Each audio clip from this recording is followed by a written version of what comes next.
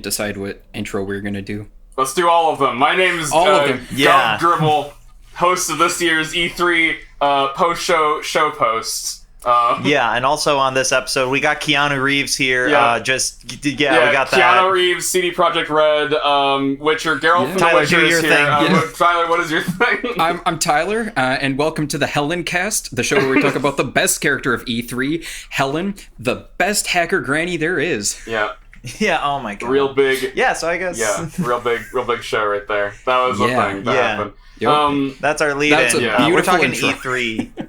Yeah, we're talking E3. Yeah, so E3 was just last week. There's a lot to talk about, man. Yeah, Oh, yeah. yeah. I mean, it's funny. This E3 was actually kind of lackluster in a lot of ways, but there was, Was still it? lots of... I felt the opposite. Well, like... I think depends. The actual showing was lackluster. Like, there was a lot of announcements that were pretty hype, but there was... Yeah. Like, gameplay-wise, besides Nintendo, almost everybody kind of didn't show up. Like, there was not a lot of I gameplay guess shown so. for almost anything.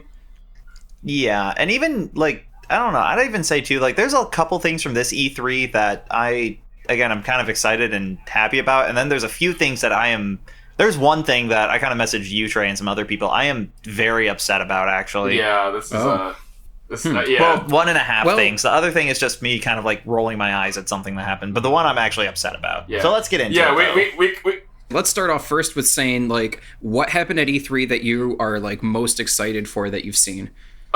most excited for. Okay. Most that's excited for. easy. Zelda Breath of the Wild 2 or sequel. Oh whatever. my Yes. god. That- That trailer's looking clean, man. Yeah, Oh, it I've looks watched so that good. trailer like 18 or 19 times now. I just like seeing, because man, it's giving me some major Majora's Mask vibes. Like, just like the tone, like tonally, like.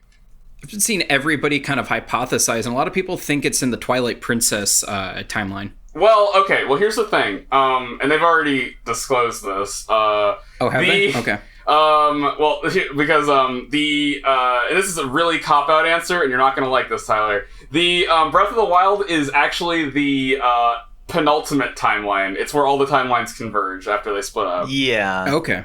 So it is technically that.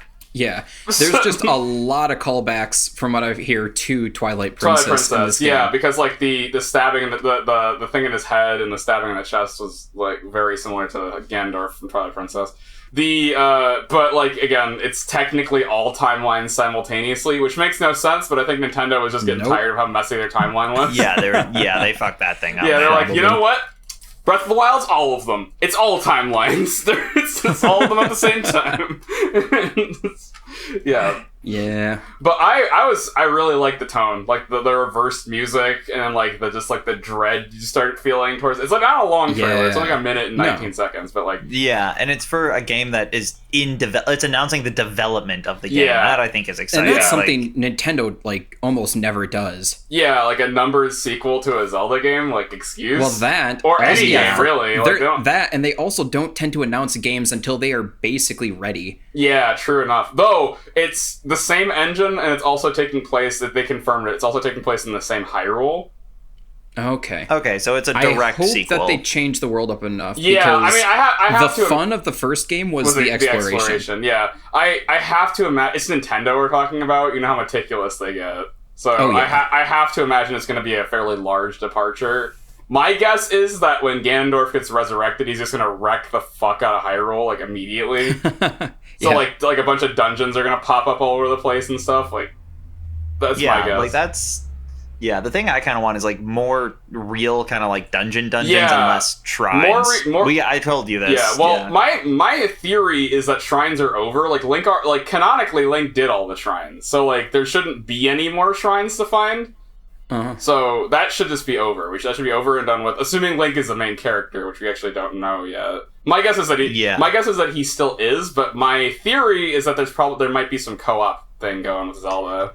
Also, how cool would it be? Sorry, I just thought this right now. How cool would it be? Speaking of doing all the shrines, if like it almost has like an old school Like kind of Mass Effect-y import save port Oh my god, import that'd be thing. really Yeah, it's that'd like be really cool if that yeah, were it's a like, thing. oh, this Link cleared all the shrines. You get to start with like XYZ. Yeah, Like it'd be funny if like the Link you get is like whatever state. Like if you never got the Master Sword and you beat Ganon with like a potlet or something. Like he just doesn't have a weapon. yeah, he's just like, oh, I never wait, Master Sword. What's a Master Sword? Oh, that would be hilarious. And they just don't give you the option to get it in this game. Yeah, like it's just gone. Yeah. Like it's just Deku Tree's gone, Yeah. burned down. Well, okay, so there's a few theories floating around, and some of them is my own homebrew theory. One is that Link becomes Ganondorf or something along those lines because of the fact that during the trailer you see Link's arm get infected with whatever was keeping Link there or Ganondorf there. Yeah. So like Link might be a villain at some point, and then Zelda is the main character for a portion of the game. That'd be kind of cool. Secondary theory is that Link is still the main character, and like your powers are based off of whatever like that arm was that he like sucks up. So like he has like some weird Gerudo magic or whatever the fuck the Twilight magic or whatever. And then Zelda is either hopefully she's there. I really hope that Zelda's at least like a major character in this game because like if she just gets kidnapped by Ganondorf, I'm gonna be a little upset. Yeah. It didn't look like that was gonna happen. No, but I don't know. I like the scenes before they find him where they're just like exploring the caves together. Like that would be such a fun thing to do, like just exploring these catacombs together with Zelda. Oh goodness, yeah, those like caves and stuff. I really hope those make it into the game. I have to imagine that's where Yeah. a lot of the exploration factor will be. Is like some sort of like inner like catacombs underneath Hyrule. Yeah, Dude, I'd almost even like, if it just was like, imagine if it was just like, I know this is an unpopular Zelda, but Phantom Hourglass did it, so maybe if they improved on the idea, you keep going back to one dungeon and just have to keep working your way down it almost. Yeah, except for it's done like well, where you don't have to keep redoing the parts you've already done. Yeah. Yeah, that's what I'm kind of saying. If they did that, but better. So it's like you could almost like entering Ganon's tomb or something. Oh, that'd be cool. So what you're saying is we're gonna looks- get roguelike dungeon in Zelda? I thought about it. I heard what it sounded like when I first said it, but Yeah. God, I hope not. Yeah, I hope not. I doubt that they would go that route, but I'm excited. We don't know. We don't know a lot yet. I will say I want that creature that they are with, that like kind of I yak-like creature. hope that like is like your home base. Like you can just kind of bring it around Hyrule with you, and it has like all like. What if that carried your stuff and like whenever you had to like explore? I don't by need yourself? a horse anymore. I just need that. Like, Yeah, I just want that. Yeah. because it had like torches on it and like a huge bag. And I was like, oh my god, it's adorable. I Yeah. want that. Give me that. Give me that. All right. So Dan, do you have any favorites from? A couple. So I E3? mean, again, I don't follow. I always kind of take everything I see from E3s with a grain of salt.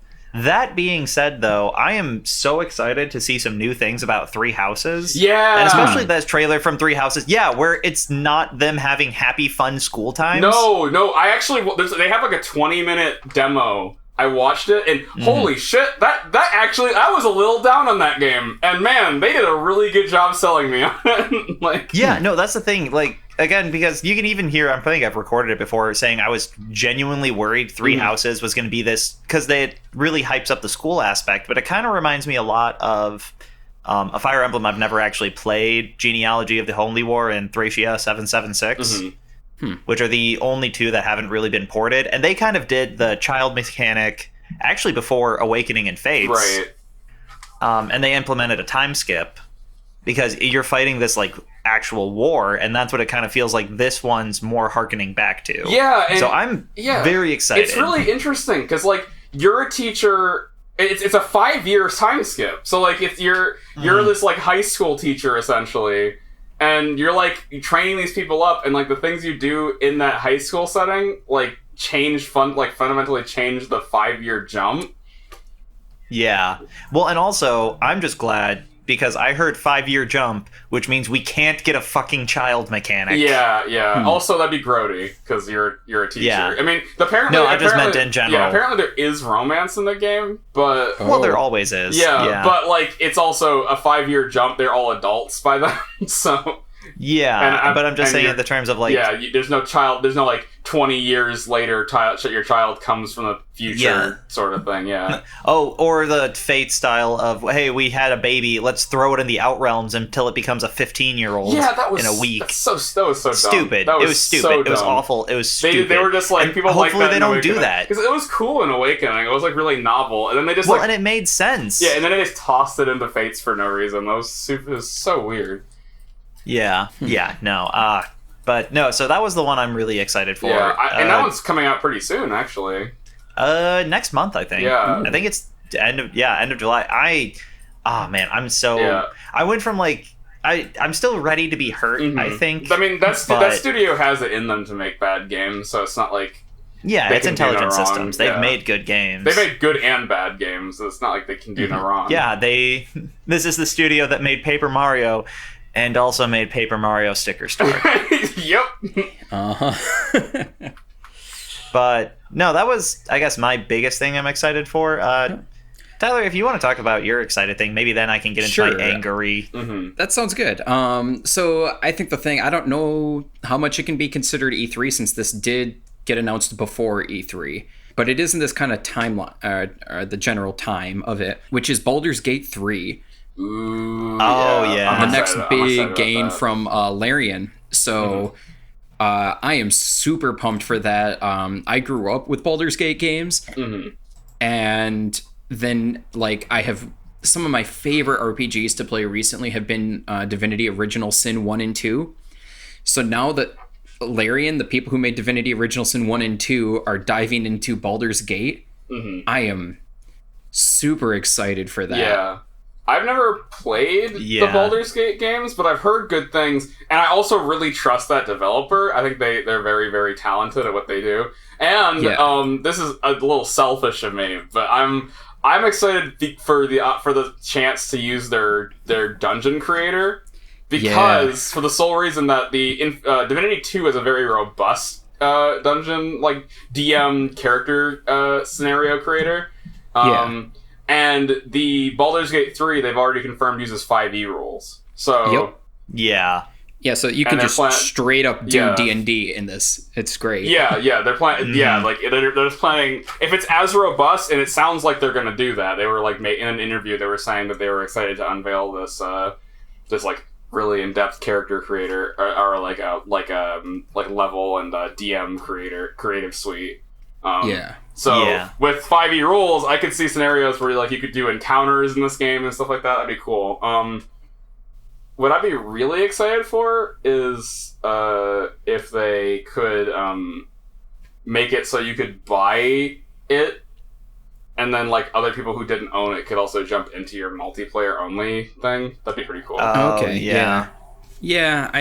They probably won't do that, but I think it'd be cool if they could do that. That way, people who don't play games could still play it with you. If you play D&D but you don't play games, that sort of thing. Yeah, but I feel like at that point, then those people already have Roll20. But this is a chance to be way better than Roll20, though. That's 100%. Yeah. But yeah, I'm excited for it. I'm excited, and I trust those devs. Larian has. Not all their games have been hits. No, absolutely not. They Divinity Dragon Commander was. No, well, originally they were going to put the time into Dragon Commander, and Original Sin was going to be their just extra game, and then they kind of switched that up completely. Yeah. My what I like about them personally, as somebody who's dyslexic, is the fact that they put effort into making all their games fully voice acted.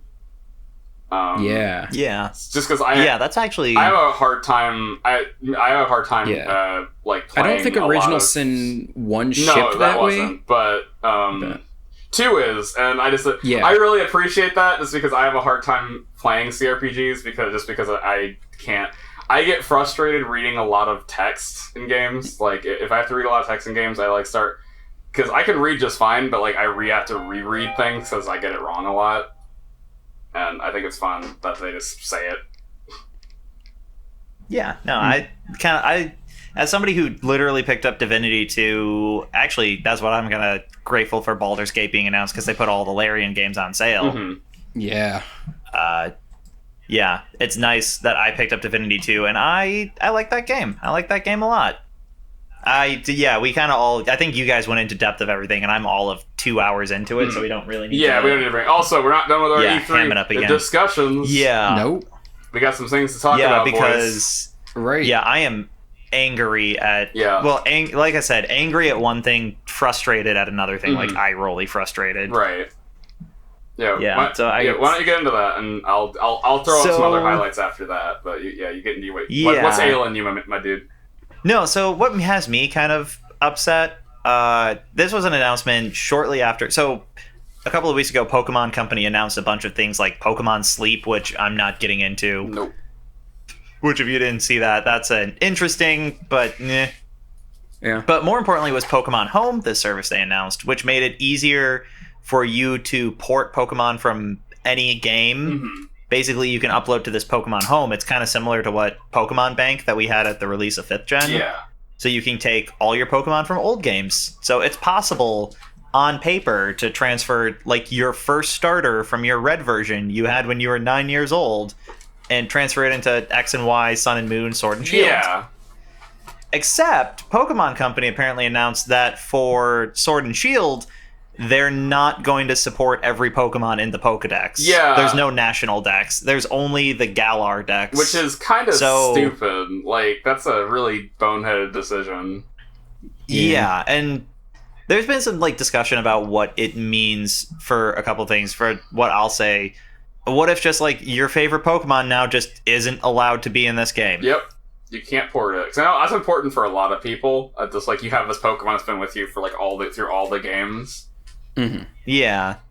And the big argument is like some of the legendaries, and it's like, okay, that's fine. But what about if I just like a garbage line? Like, what if Geodude's not in the game? Yeah. And if I can't have my Sudowoodo. Yeah. What about my Gardevoir? Why can't I bring my sentient pile of trash into the game? Yeah. That to me, I'm kind of hoping eventually they'll patch it in. Yeah, well, is my thought, I'm hoping that they're just under game crunch. Yeah, I'm hoping that they walk it back at some point. Like, I think the game is probably not. They're probably going to stick with that initially, but I'm hoping they walk it back at some point. Just because, like, yeah, like it. I know. I understand the idea that they have to update all the models for it. And that's a lot of work. Because but they already have all the models from Let's Go. Because you can import everything into Let's Go. True enough. I think they did. It looks like they have changed the models since Let's Go, at least from what I could tell. But like, I don't know. I'm not really sure. Like they could have just done that. I'm not really sure why they wouldn't. Yeah, and I guess my thing is I would have taken a smaller, like I would have taken less new Pokemon. They're like, oh, getting all 800 models with however many moves.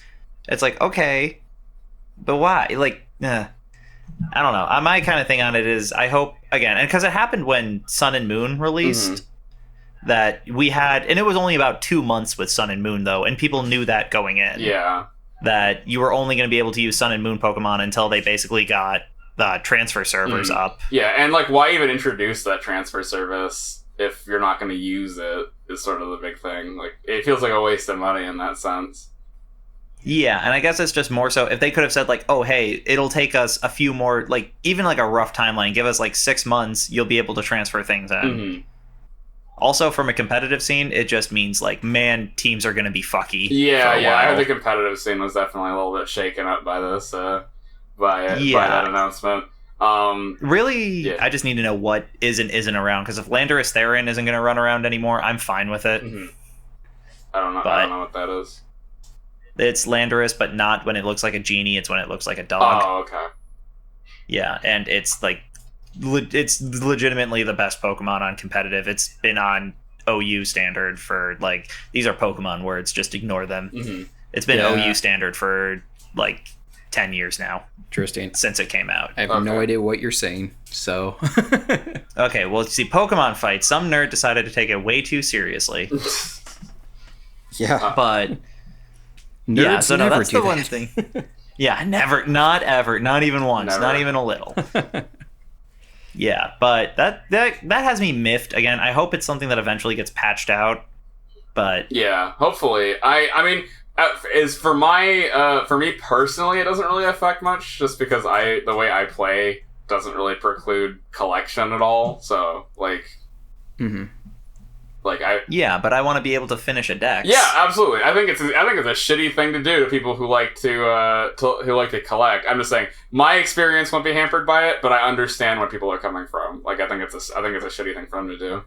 Yeah, I'll just be like I said. I think I'll just be more salty if it never like comes through, or if my favorite Pokemon are like excluded.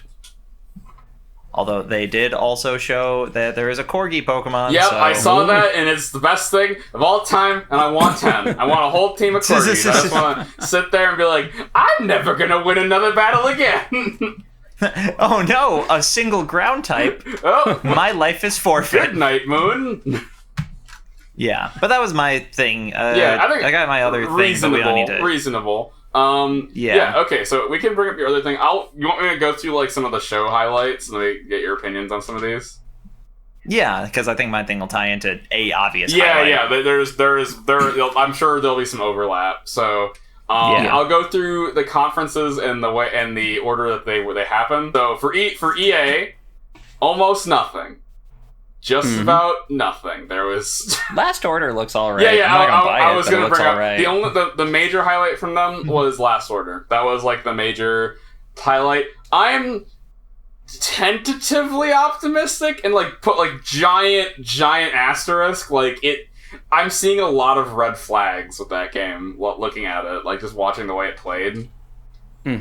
Yeah. Just like because like the one there's no dismemberment at all, which is frustrating because like that definitely seems like a Disney decision. Like Disney came in and they're like, no, you can't do that because a lot of the kill moves look like there obviously should be some dismemberment, but there isn't. Like there's a kill move where he literally just like slices it across the stormtrooper's waist and then he falls over and like you see the red line where he should have been cut in half, but he's just not.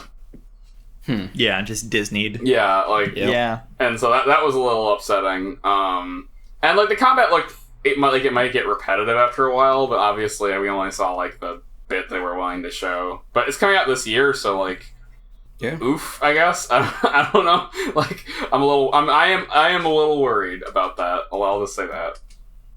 Yeah. Next, it was the Xbox, the Microsoft press conference. They had a lot of things, though not a lot. I'm not really sure much what would interest you guys. Like they announced a new console, which is the Scarlet. Far is what the Project Scarlet, which it's looking like a pretty powerful machine. It's got an SSD. They were really pushing that up to 120 frames per second. They were parading that like no game had ever done it, but if it's a console, so like that obviously that's what honestly I don't care about like console. 120 like FPS. Yeah, me neither. I don't. I mean, once you hit like 60, you barely can tell. Yeah, I think after 100 is where I stopped being able to tell, like really like actually tell like how good or bad a frame rate is. Honestly, I can play games at 30. I don't think like I prefer 60, but like I can 30 is fine for me. I can do it. Some people like wage war on 30 FPS. I could play at 30. Like I mean, I've played games at 20 before, so like it's it's just not as exciting. They announced Halo Infinite, which is a Scarlet title, which I haven't played Halo since 3, so I couldn't really say yay or nay on that one. They had some Gears stuff, some mobile games. Their press conference is alright. The major thing from their press conference, like this is the major thing, and I'm sure, Dan, you have some opinions on this one, mostly from the fans of this one, was Cyberpunk 2077 had a big showing at their press conference. Oh, yeah. Ooh, boy. Yeah. Yeah.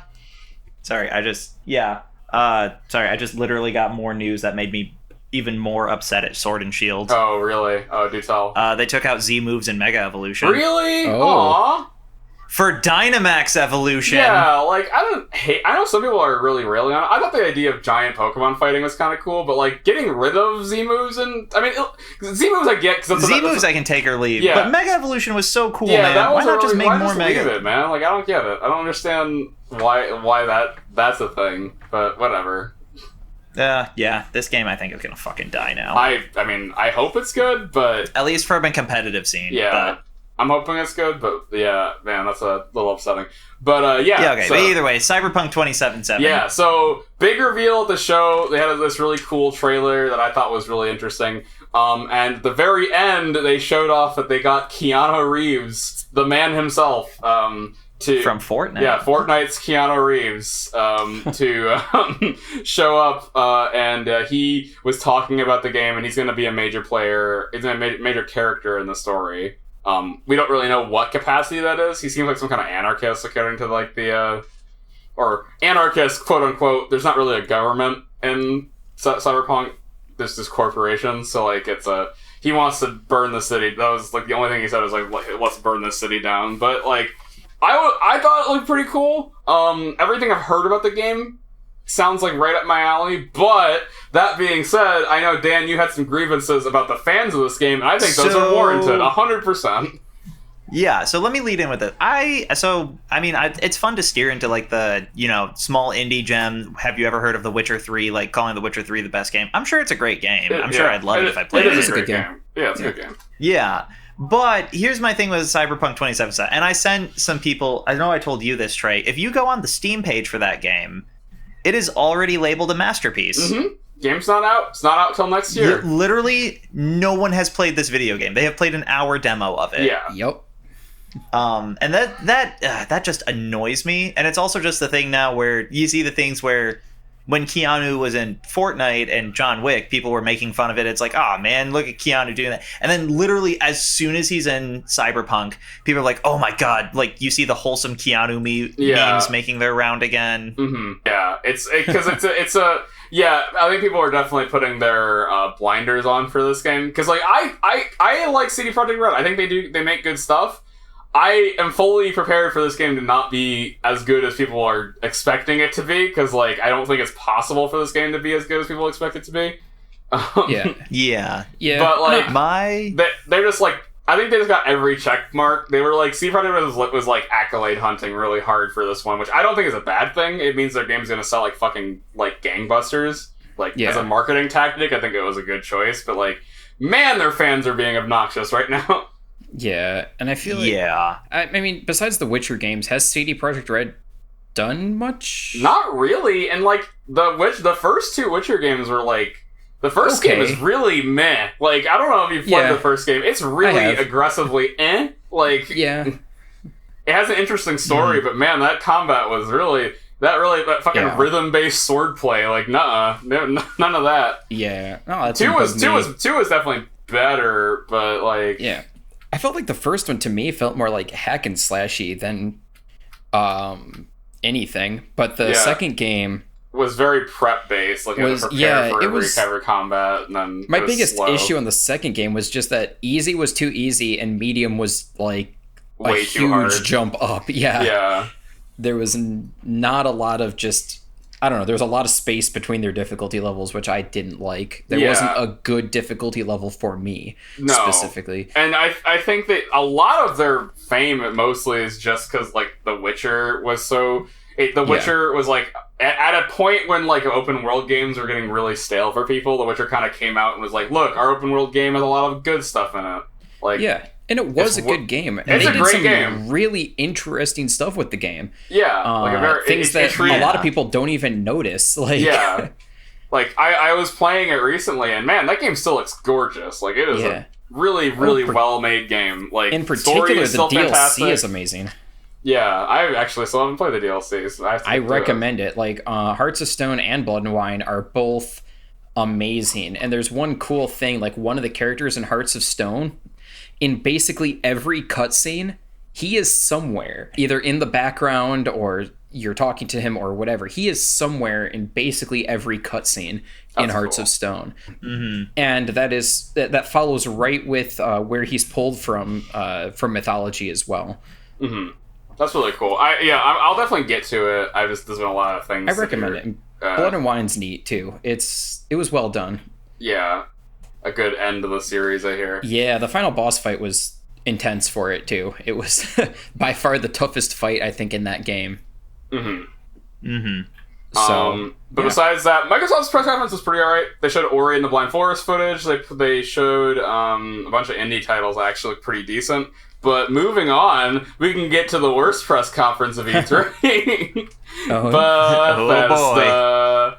Oh, Bethesda. Yeah. I didn't even watch the Bethesda yet. I didn't either. Don't watch it. It's garbage. It was a waste of my goddamn time. I felt like they weren't going to announce anything anyway. At least not anything interesting. The only thing they announced that was any sort of interesting was the Dishonored devs are working on a new game that has like some timey-wimey stuff going on with it. Okay. It's like there's two people who both, whenever they die, they just reset the day they're on. And one person thinks one of the guy character thinks it's a curse, and the girl character thinks it's awesome. And like, I guess you have to pick which protagonist you want to do, and that sounded interesting. The Dishonored devs are really good, so like that's cool. Literally, the only other thing in that press conference that was worth talking about was Doom Eternal, which looks fucking awesome. Like whatever, that game's gonna be great. It's Doom. It's id Software. It's gonna be good. We've already seen a lot of that game. It wasn't like a revelation or anything. Honestly, as soon as they announced no new Elder Scrolls 6 hey, and no new what is their new one? Don't we still have the one Starlink or something? Yeah, nothing about Starlink, which is really surprising because like they keep saying that that's the game they're working on right now. They had nothing. They didn't even mention it. Like Todd Howard was on stage for maybe 5 minutes. Well, beforehand they announced they're not saying anything about those two games at E3, and that was kind of like, all right, so I don't care about Bethesda's E3. Yeah, and then they proceeded to spend like a good like almost 20 minutes talking about Elder Scrolls Online and Elder Scrolls Blades. Yeah. Which is like, man, super cool. I would sure love that Elder Scrolls Online to be an actual game. Yeah, I've heard and some then people Elder Scrolls Blades is being really ported to Switch, but... Yeah, it's sold really well, and apparently it's decent now, but, like, here's the thing, to me personally, Elder Scrolls isn't a social experience. I don't want to play Elder Scrolls with other people. Mm-hmm. I like agree. having that adventure for myself. So, like, the idea of it being an MMO just does not appeal to me at all. Yeah, I agree. And I guess, I mean, I only played it in early beta, so I don't know more commonly, or more recently, like, how the game has developed.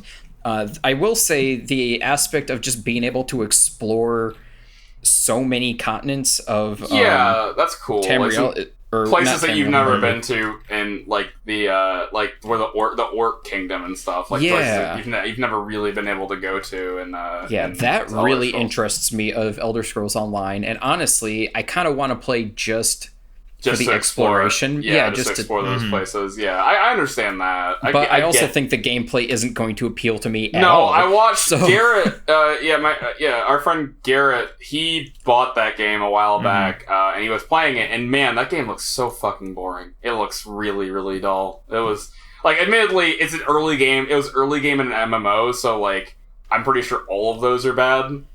But yeah. But like it looked very not good. I'll say about that. And then Elder Scrolls Blades is a terrible game that nobody should buy, and apparently it's coming to Switch. And don't get it on Switch. Don't get it. Period. That game is trash. Don't buy it, but don't spend money on it. Yeah, like, or don't play it. Just don't get it at all. Yeah. Don't have it in your anywhere near any system you own. That game is trash. It's a timer simulator. It's like the worst example of what a mobile game can be, where it's just timer after timer and loot boxes. Like, it's just not good. Yeah. Yeah.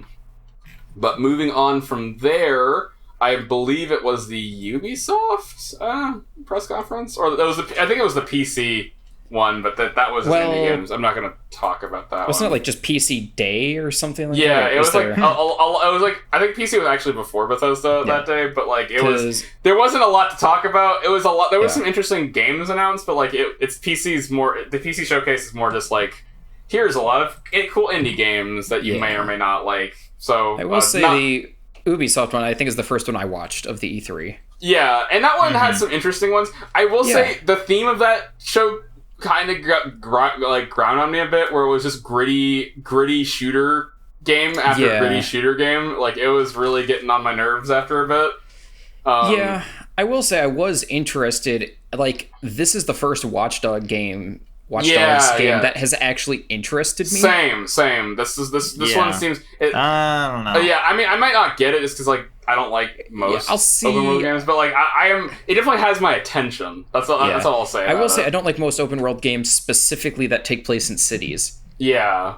But like the idea that anybody could be your protagonist is kind of interesting. Like you can recruiting NPCs, and like if your character dies, you just get a new NPC character. Like that's interesting.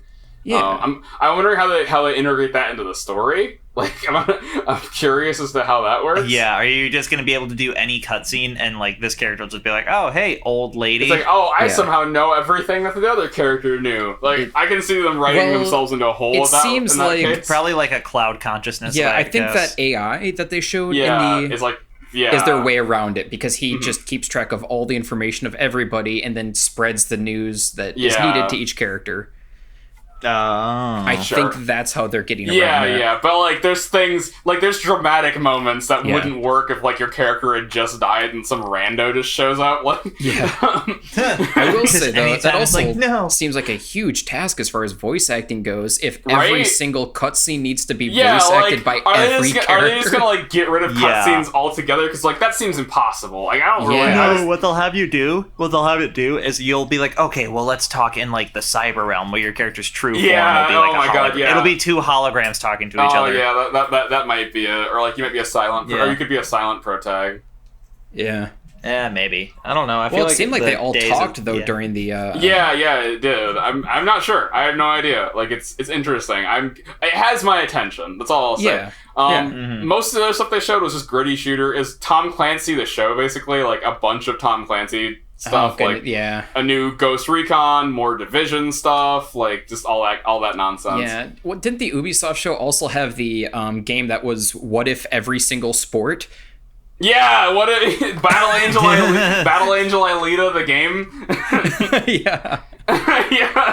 That one's actually out. I haven't actually seen anything about it, but it's that one released the day after the day of the press conference. Well, the day of it, they were like, it's getting released for a few days. Yeah, I'm not really sure. In order to play it. So it might not even be anymore. Yeah, it could be fun. I don't know. I have no idea. It didn't look interesting to me, but I don't like those I don't like kind of sports games much, but it could be fun. I don't know. And like, there's an audience for all the Tom Clancy games. It's just me personally, I'm tired of gritty shooter. The gritty realistic shooter is just I'm just really tired of that genre. So like I'm passing on all of them. The only thing else they showed that was that I thought was interesting was the Gods and Monsters, which is the Assassin's Creed devs. Yeah, the narration for it was not good. No, it wasn't. The writing for that narration showing it off was not good at all. Not but good. The game itself looked possibly interesting. I don't think they showed enough of the game though. Like I don't think we know a lot about it yet. But like, isn't it like coming out soonish? I don't know. Like early next year at the latest. Mm-hmm. Yeah, apparently it's like Homer is like the person narrating your life or some shit. Like it's gonna be I don't know. It's weird. It's really heavily inspired. Heavily inspired by Breath of the Wild. So like keep that like that's It's like. It's Greek mythology in like a Breath of the Wild style game. Yeah, I will say I loved the introduction into it of we've been so grounded in reality that we wanted to escape that. And I was like, Assassin's Creed games? When? Grounded in when? Like, hang on. What game was grounded? Wait, point to me. Which game is grounded in reality? Hey, Atlantis is real, right? Yeah. Yeah. Remember that? Remember that? Yeah, Assassin's Creed. Remember that time when Adam and Eve were aliens? Sorry, an ancient race of superhumans? Remember that time? Remember when SEO fist fought the Pope in the underground as the final boss? Grounded in reality. Remember when the Mayan calendar was right and the Earth was going to explode? Yeah. And that was the entire plot of Assassin's Creed 3. Accuracy. Yo. Like, oh yeah, man, so historically accurate. Yeah, that was my favorite intro. That was amazing. That was great. I will say though that Gods and Monsters was that it? Yeah, Gods and Monsters. Yeah, I will say, if it has more narration like that trailer had, then I am not at all interested in that game. I am so out. But I don't know if the game itself is good. I hope it is. Yeah, I hope so too. I don't like Ubisoft very much, I'll be honest. I have kind of a bias. I don't like them very much. But I don't hope any game they make is bad. Yeah. I will say I'm not a huge fan of like the Assassin's Creed games just for one reason. They are so repetitive. Yeah, like, they really I have are. a lot of fun with them for like the first 10 hours or so, and then there's still like 90 hours of gameplay left that is the same as the first 10 hours. Yeah. And I'm like, but that's like most Ubisoft games these days. Like they have a model and they just stick to it. Like they just nail it home. Yeah, and they make minor changes, but they don't change the gameplay. I don't know. Yeah, like Far Cry is the same way. Like all apparently like the Tom Clancy like the Wildlands is the same way. Like it's just you. Mm-hmm. Like I hope you like that gameplay loop because you're going to be doing it for the next 50 hours. That's basically all their games. Yep. Yeah. No. It's that's kind of the thing that always is when you talk about the Ubisoft sandbox. They're like, oh man, we made this big open world with like 8 fetch quests, 10 collectibles. Yeah, and they just copy paste it all over the map basically. Yeah. But yeah, moving on though, because we had 2 more press conferences to go, was the Square Enix conference, which had some interesting things. There were some interesting announcements this year at the Square Enix press conference. I think the biggest one, the one that people are talking about the most, is that the Avengers game.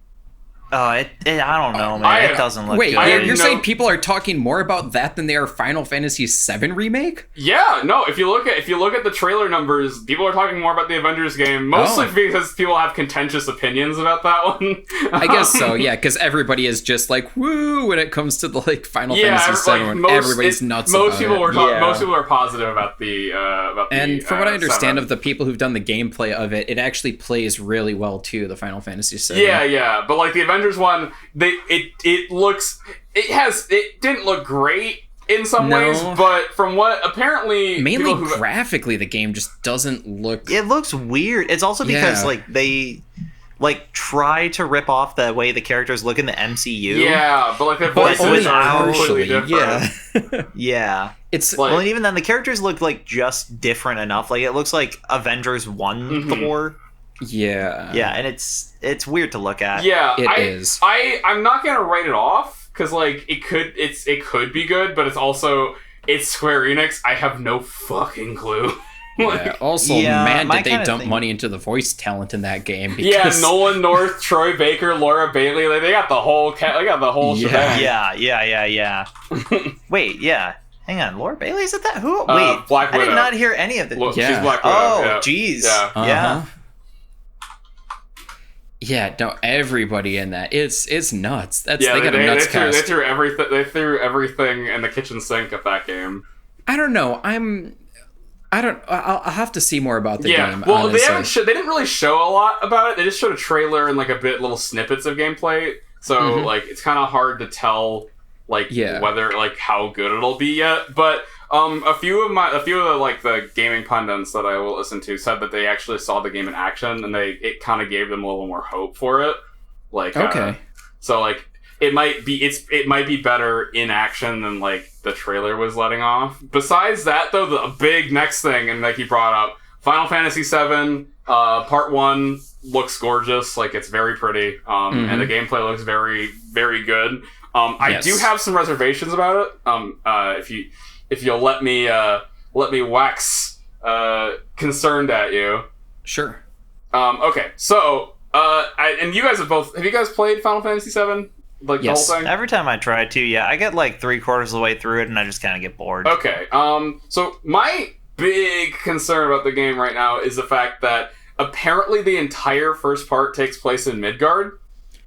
I'm actually kind of interested in that because I always thought that Midgard was a part of the map that just kind of like you brushed on. It seemed like a huge, interesting city, and you just barely brushed it in the game. And I get that there's a ton of stuff after that. Yeah, here's what's concerning though. it's because that's such a small part of the game, and we're spending like supposedly a long time in there. Well, obviously they're adding a lot to the story. Like, yeah, well, I'm worried. Yeah, but I'm worried it's going to be a lot of filler because like this is Square Enix we're talking about. They are the kings of adding filler to their games. Like they are. Look at Kingdom Hearts for instance. Like 80% of Kingdom Hearts is filler. Like yeah, again, technically it has to be because they already have a story. Like.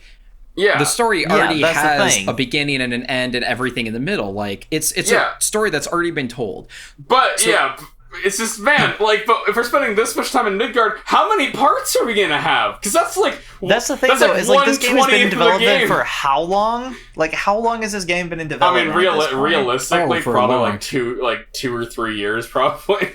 Yeah. Yeah, but it's like they've probably been just throwing around ideas before that. Or... Yeah, but I mean, like...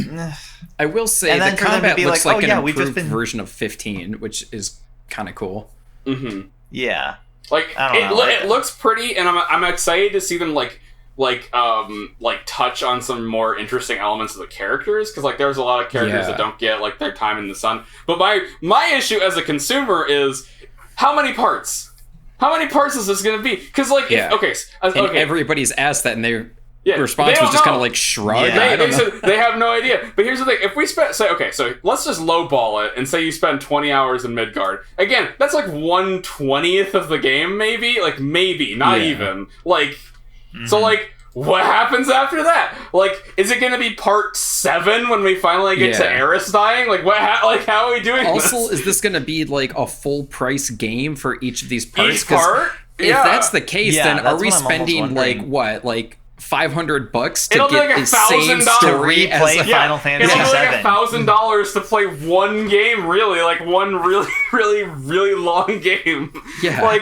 Again, because that already is a game. Eris dying is disc 1 of the first of 7. And we're not even getting out of Midgard. Like, you go to 8 other places before you get to where Eris dies in the first game, in the original. So I am worried that Square Enix is going to Square Enix this. I'm legit worried that Square Enix is going to do what Square Enix do. If the parts are going to be more like chapters where you continue your characters from the first parts. And if that's the case, can you start fresh from the other parts, or do you have to play the first few parts to get to the later ones? I don't know. I have no idea. Yeah. No, there's all these questions that really they need to answer. Because this there's some I have some legitimate concerns, because I'm really concerned. Square Enix is just so bad sometimes with how into their stories they get that I'm just worried that we're gonna get lost in the narrative at some point. Yeah. That I'm excited because I really want this to be good, but I'm also really worried because I'm scared Square Enix is going to do what they always do and Squeenix it up. Be like, this is what we really think that there should be 18 other characters in Midgard you need to know who are now very plot important. Canon. It's all canon. That's it's the other thing. Almost you like only when they did did 4 characters or 4 or 5 characters, I think, through Midgard. So are they gonna have a full? It's just the Resistance members, really. And most of them die. Yeah. So consider me a worried boy. But I'll move on from that. That's the only other major news is that they're remaking 8, or remastering 8. Well, remastering. It didn't really look that remastered. No, it's just honestly. an HD. Yeah. It's what they did at 12. So And honestly, the battle system in 8 still confuses the heck out of me. So I didn't like 8 very much. No. So. And its story, even by Final... kind of popular to hate on. Yeah, even by Final Fantasy standards. Bonker. Yeah. The 8 story is one of the most bonkers batshit stories I've ever seen. But let's move on to Nintendo. Let's get the last one out of the way, just because we kind of talked about our highlights for Nintendo between Fire Emblem and... I won't bring up the stuff we've already talked about, but let's see. The big news was Luigi's Mansion 3, which I know a lot of people are really excited for. I never played the other ones. I never really played them. It looks kind of cool. Yeah, all I know is people were going nuts over Gooigi. That's Gooigi, and the fact you can play co-op. That's cool.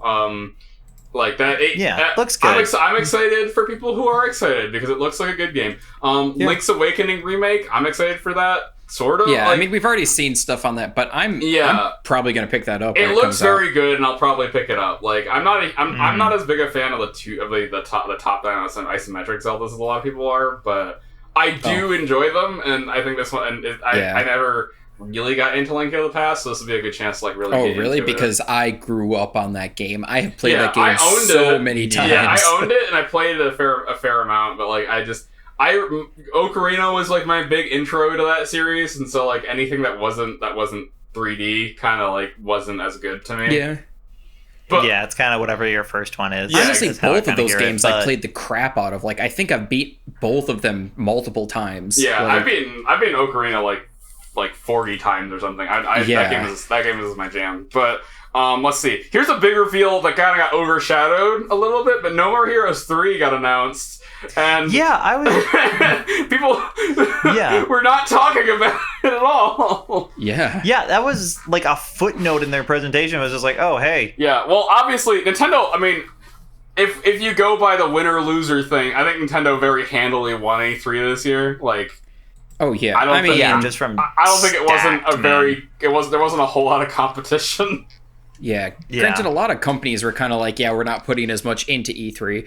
Yeah, which is, like Sony didn't even show up. Yeah, Sony didn't show up. Almost nobody. Nintendo's the only, like, which is crazy. Platform. Even with the Nintendo Directs, Nintendo still showed up to E3. Yeah, and like, because destroyed. they had a Pokemon Direct a week before E3. And they also had a Direct, like, a month before that. So, like, they didn't need to show up for this, but they just decided to blow it out of the park anyway. And, like, they're the only people who show any gameplay for any of their games. So like, every other studio only just showed trailers basically. So that was a little frustrating.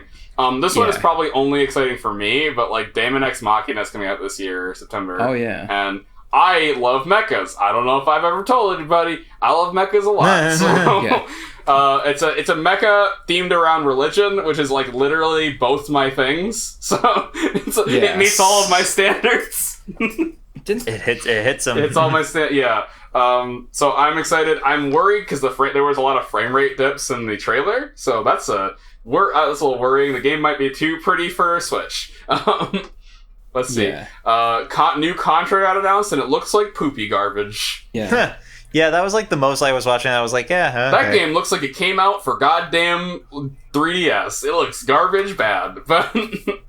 I'm actually probably most interested in what they announced, Seiken Densetsu 3, which I think they called Trials of Mana.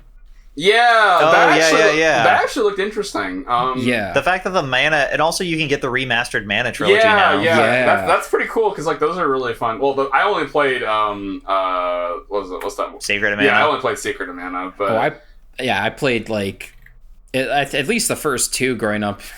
Yeah, I didn't play it growing up. I played it later, but that's a good game. Yeah. That's a really good game.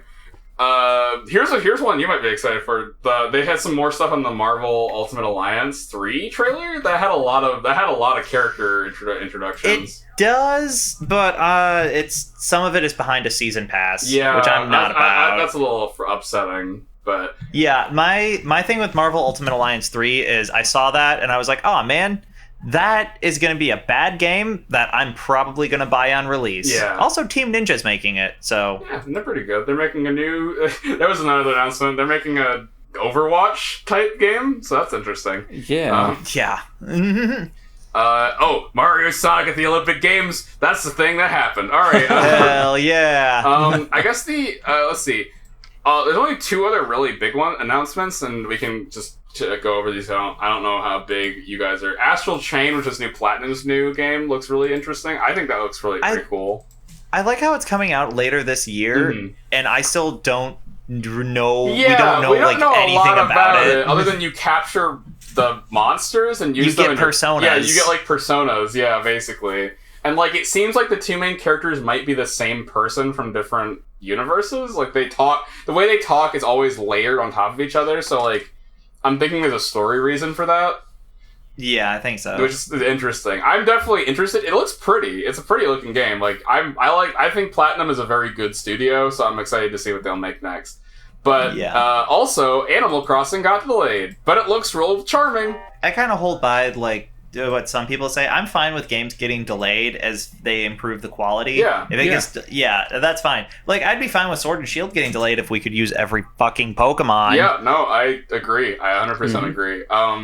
But yeah, I think that definitely, I'm okay with delays. I'm not okay with like development hell, but like if it's just getting delayed to make sure it's the best game it can be, I'm okay. I can't complain too much about that. Like that's just gonna happen. Yeah. Yeah. But and like Fire Emblem was the same way, and that got delayed. Yeah. And I'm okay with that. Like I think it's a solid shit. But like I as somebody who's not a fan of Animal Crossing, I watched a bit of it. I might give it a try. I might I keep hearing Animal Crossing is like the game where I'm like, oh, that is a game I'd probably like. Yeah, I like the fact that you're kind of like building up your own space. I think that's kind of like, because like before it's usually your house, right? That's your house and your yard. But like this time you're like legit starting from zero, and then you're like kind of building up to stuff. Like I think that's kind of cool. Yeah. Mm-hmm. And like there's a more social aspects, I guess. So that's interesting. I'm excited about it in the sense like I'm excited to try an Animal Crossing game out because like I've always just kind of written them off. For me, Stardew Valley has always done better what Animal Crossing kind of filled, and I've never gotten as much into Animal Crossing as some of the other ones. But we'll see. I don't know. It looks like it might be worth my time. That's all I'm saying. Yeah. But yeah, that about wraps me up. Well, I actually have one more thing to bring up about E3, which is something you kind of, I think, passed over here, which is, what do you guys think about the fact that they announced a television show at E3? Which I don't know if you guys remember this, but they talked about one called the Ubisoft one. Yes, I think it was called Mythic Quest. 0 to negative interest for one reason. Yep. It's Apple TV exclusive. Yeah, that's where you can put it to go to die, I guess. If they really are just like, hey guys, we're making a show. Well, I was like, don't watch it. Oh, Always Sunny in Philadelphia people and Ubisoft, they might make something interesting. And then like, oh, okay, sure, I kind of understand the premise. It's interesting, and it's like, and for Apple TV Plus. All right, guess I'm not watching that. And there it goes. Yeah, my interest. Oh no. Where did you? No, don't go. Come back. Wait, no, come back. Like that was, I didn't want to talk about it because I'm pretty sure we all have the same like, who's gonna watch this show? I don't think anybody's gonna watch this show. I mean, maybe people who actually have Apple TV or whatever, but like, because what else do they have to watch on it? Yeah, but like, besides everything. Yeah, like I just think that Ubisoft is literally just pissing money down the toilet, I think is what it amounts to. Well, are they even paying for that, or is it... I don't know. Or did they just partner with it and they were like, hey, I guess we'll let you in our studio for a bit to like... It's a collaborative project. That's all I know about That's true. But... It looks like they showed some kind of in-game looking footage stuff and that was produced by... From what I can understand about the premise of the show, it's about the guy who... It's basically a guy who invents World of Warcraft, essentially. Essentially. Effectively, this guy invents World of Warcraft, but he's like super egotistical about it. Like, that's the show. Yeah. So, like, the premises could work. Like, I can see a world where that premise doesn't suck. But, like, I just don't think... I'm not going to watch it. I'm not... I think they just put it on the wrong platform. No, I'm not about that. Like, honestly, I don't know how many gamers really care about that platform. Granted, I don't know. I mean, maybe it's just if you already have it, but... Yeah, like, I don't know people, period, who really use it. Yeah, that's the thing. I don't know a lot of people with Apple TV who play that many games. So, like, I don't know. Like, I mean, I think the audience is just kind of like, maybe Apple's the only one who would front the bill for the show. So, like, maybe that's why it's there. But, like, I could see maybe on Netflix it working because like Netflix is already hitting up a number of other video games. Netflix or Hulu, maybe, but like that's it. That's the only places I think like maybe Amazon on like a good day. Yeah. But like I think this show is just gonna crash and burn immediately. That's my assumption. Yeah, I agree.